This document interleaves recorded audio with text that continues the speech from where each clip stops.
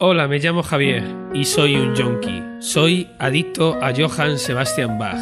Hace tiempo decidí convivir con esta adicción incurable metiéndome sobredosis diarias. Y como terapia de choque voy a realizar un viaje en autocaravana por Alemania, visitando todos los lugares donde vivió y trabajó el maestro. Si eres un bajiano y sospechas que eres otro yonki, acompáñame en mi terapia.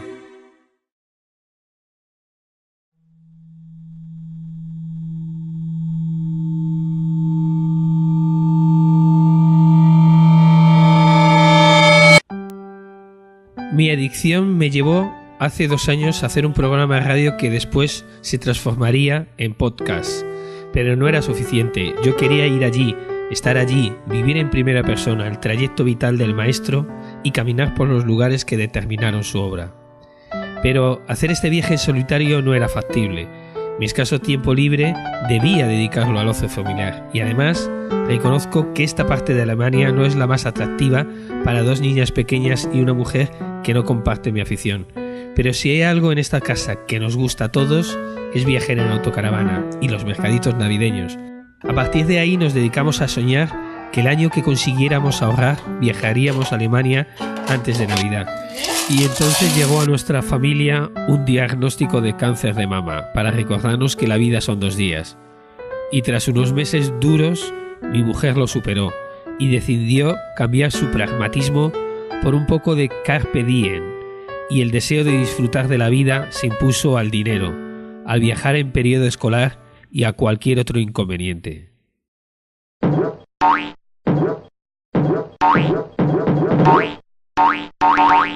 Bueno, yonkis, empezamos con nuestra terapia. En primer lugar, os muestro cuál será la ruta. Menos Luneburgo, en el norte de Alemania, visitaremos todos los lugares donde vivió y trabajó Bach. Mi viaje en autocaravana lo realicé de una manera cronológica exacta, aunque eso supuso realizar en ocasiones más kilómetros. Antes de nada quiero deciros, mis adictos bajianos, que estos 5 vídeos y mi viaje es una manera de humanizar al creador de esa música que tanto nos conmueve. Tendemos a idealizarlo, a divinizarlo. Le vemos grande, corpulento, de edad avanzada y con el rostro muy serio, siempre devoto, con peluca y levita. Pero también fue joven y suponemos que temperamental, rebelde y amante. 20 hijos lo avala. Conocer su entorno nos ayudará a conocer al hombre. Pero si he de ser sincero, cuanto más estudio su vida, más desesperante se separa el hombre insulso y la genialidad de su obra.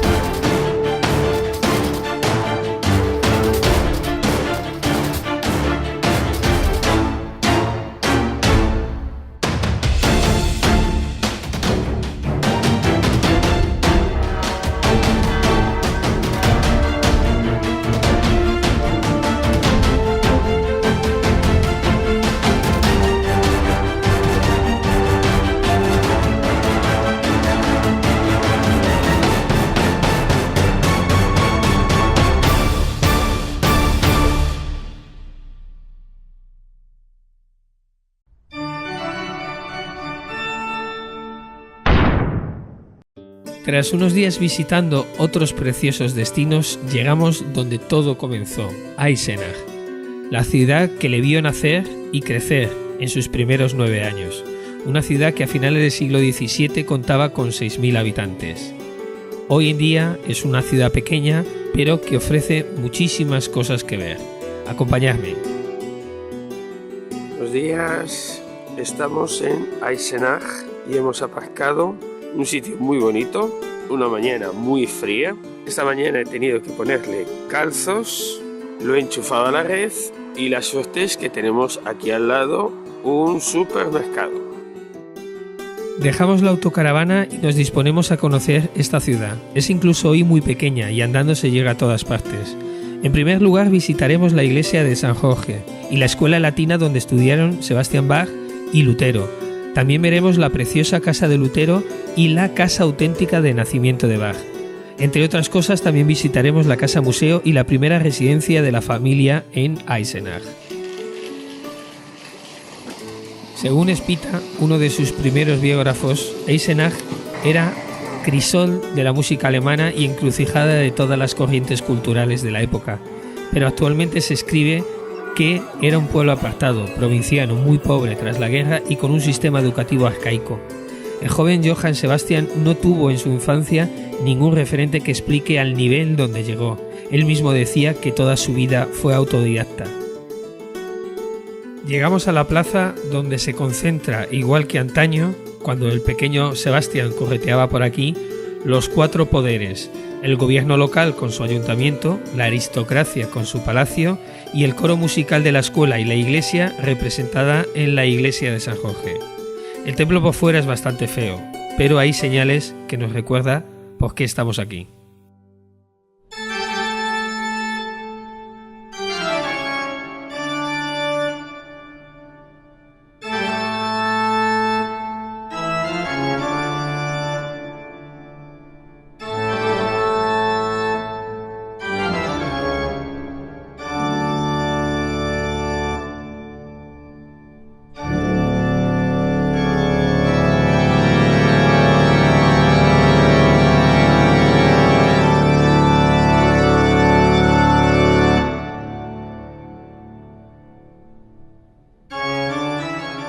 El templo por dentro es espectacular.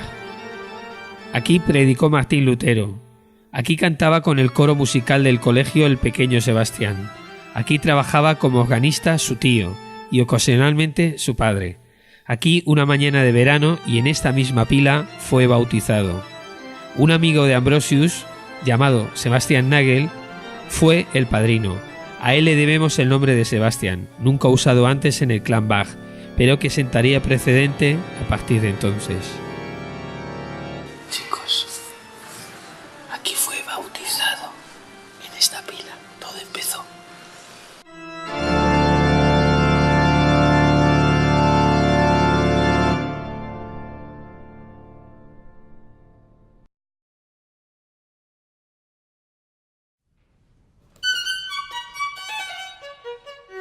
En este edificio estudió Sebastián y participó en su coro musical. Sabemos que el libro más importante en la formación musical era un himnario. Entre los 4 y 10 años, Bach debió cantar con él día tras día, en la iglesia o en el colegio. En él se hallan varias melodías que luego usaría. La música y la religión ocupaba el 80% del tiempo en la educación de los jóvenes, pero nuestro protagonista faltó de esta escuela muchas veces, 258 días exactamente, y sus notas fueron más bien bajas.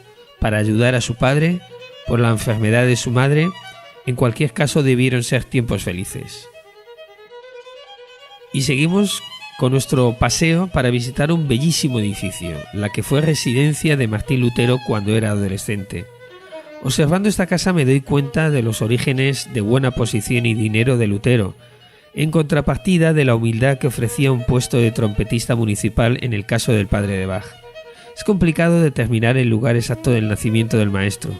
Sabemos que la familia estuvo alquilada 4 años en una casa que luego veremos, pero que luego compró con el dinero de una herencia de su suegra una casa en esta misma calle. Para obtener la ciudadanía era imperativo ser propietario, pero parece ser que también era habitual seguir alquilado, por lo que bien pudiera haber nacido en la casa de alquiler. La casa original no se conserva. En al menos 2 ocasiones ha sido completamente reformada, pero este sería su ubicación. Estamos delante de uno de los edificios residenciales mejor conservados y antiguos de Eisenach, la supuesta casa natal de Johann Sebastian Bach. A raíz del renacimiento de Bach en el siglo XIX, un biógrafo entrevistó a los descendientes vivos del maestro y determinó que esta casa perteneció a la rama Bach que estamos estudiando, pero la tradición oral se equivocaba, ya que eran una rama de los Bach muy alejada y en fechas posteriores. En realidad, en la época de Ambrosius, el padre, el dueño era el director de la escuela de latín. 50 años tardaron en quitar esa placa que constataba su error. En 1907 se inauguró el primer museo que se realizaba de Bach en el mundo, y 100 años más tarde se reabrió la ampliación que vemos hoy en día. Lo primero que nos encontramos cuando llegamos a la plaza es la monumental escultura del maestro. Fue la segunda escultura que se realizó de Bach y la primera de cuerpo entero. Impresiona descubrir los nombres ilustres que encargaron y pagaron este monumento. Clara Schumann, Franz Liszt, Joseph Joachim, Johann Brahms y la reina Victoria de Inglaterra. Su primera ubicación fue delante de la iglesia de St. George, en esta misma ciudad. Detrás se observa una placa de Santa Cecilia que originalmente estaba en la base de la escultura. Pues entremos a disfrutar del museo.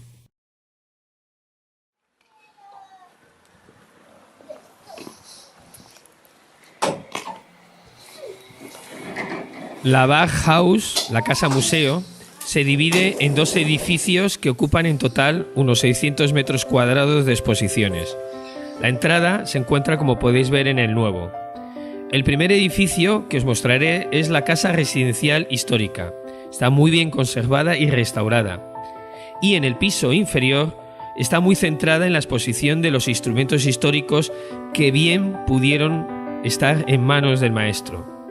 Y en el piso superior recrea las viviendas del siglo XVII y XVIII.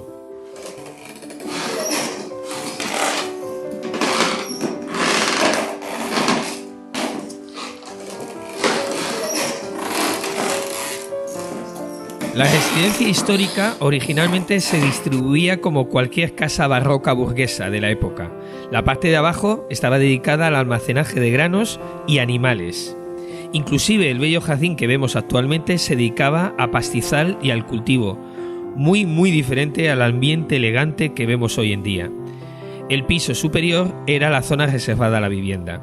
Hay que decir que este museo tiene muy pocas partituras autógrafas.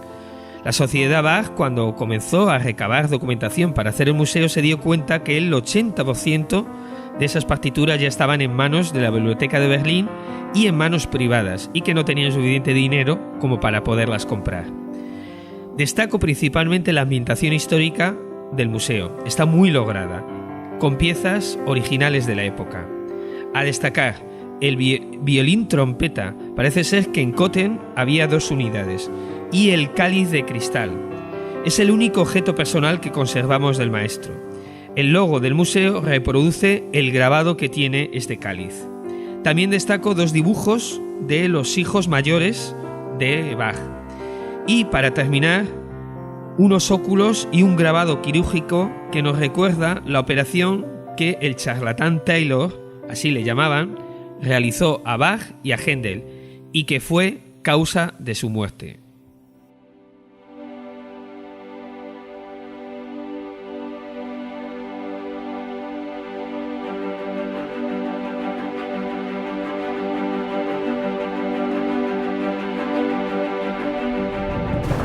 Y nos sumergimos en el edificio moderno.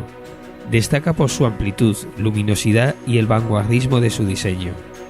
Encontramos en el centro un muro de luz. En él tenemos muchas estaciones musicales, que llaman ellos.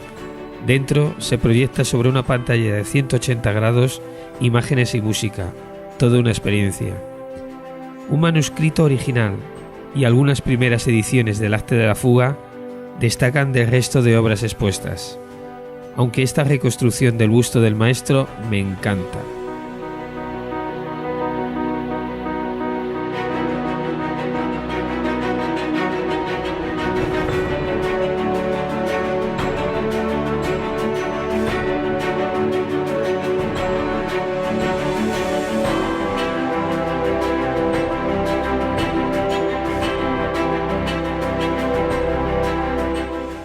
Pero donde mi adicción encuentra una sobredosis es al ver, al fondo de la sala, los 3 retratos de Bach. Los 2 conocidos son copias, pero amigos bachianos. El nuevo retrato a pastel, que estaba perdido y fue reencontrado y presentado al mundo hace 3 años, es alucinante. Sabíamos de su existencia a través de 2 cartas de su hijo Carl Philipp. Representa un Bach de 45 años, afable y feliz.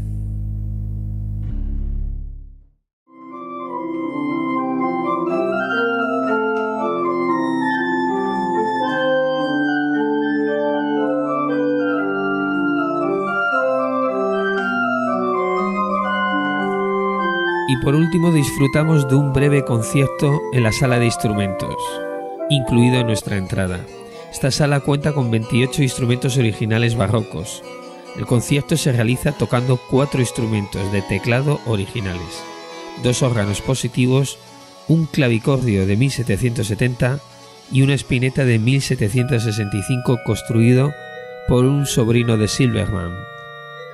También este hombre toca en una copia de un clavecín construido por Heinrich Hardt, el fabricante de claves favoritos supuestamente de Bach. Todo un placer para los sentidos.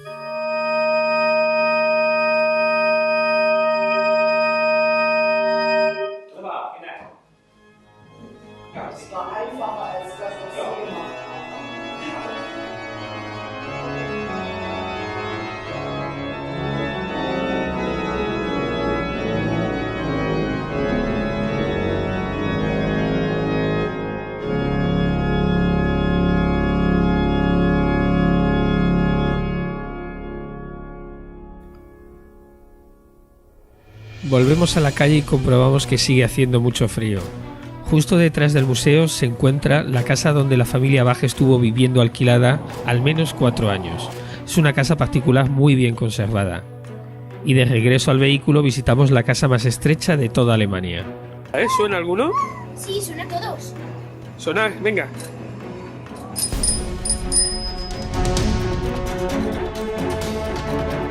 Otra manera de autocaravanismo. Curioso vehículo. Y la nuestra es la última, preparada para marchar. El pueblo de Eisenach siempre se ha considerado la puerta de entrada a los famosos bosques de Turingia, pulmón de Alemania, de la misma manera que se hacía en tiempos de Bach. Ahora visitaremos el famosísimo castillo del Wartburg, tan importante en la historia de Alemania y posiblemente la referencia más poderosa en la infancia de Sebastian.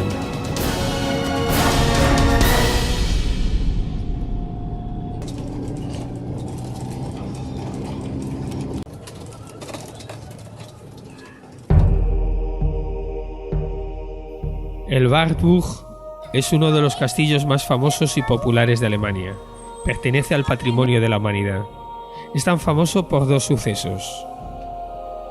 En el siglo XIII se celebraba anualmente un concurso de trovadores y en el siglo XVI Martín Lutero se escondió de la persecución que recibía de la Iglesia y aprovechó para traducir la Biblia al alemán. Este simple hecho es la base de la Revolución Protestante, que intentaba acercar la Iglesia al pueblo y produjo a su vez unificar todos los dialectos germánicos conformando lo que es el idioma alemán actual. Pero aparte de estos datos históricos, el castillo es espectacular, tanto en el exterior como en el interior, y las vistas a la ciudad de Eisenach desde arriba, impresionantes. Cuando nació Bach, el castillo servía de residencia al duque Juan Jorge I. Eisenach estaba amurallado y protegido por otros 3 castillos cercanos. Además, sabemos que el padre era trompetista de la corte, por lo que no es de extrañar que en alguna ocasión, acompañando a su padre o quizás al coro de la escuela, atravesara las puertas de este castillo.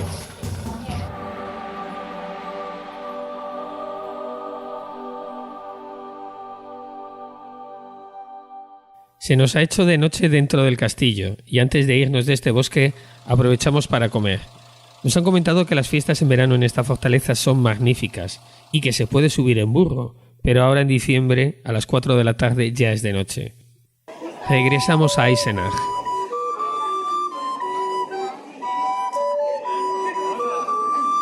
Una de las razones para realizar este viaje a los sitios de Bach en diciembre es para darle a mi familia, que me acompaña, un aliciente al margen de mi adicción, los mercadillos navideños.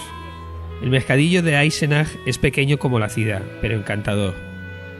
Nos sigue sorprendiendo que son mercadillos de comida y bebida principalmente, no de artesanía, y que los turingios disfrutan de ellos a pesar del frío.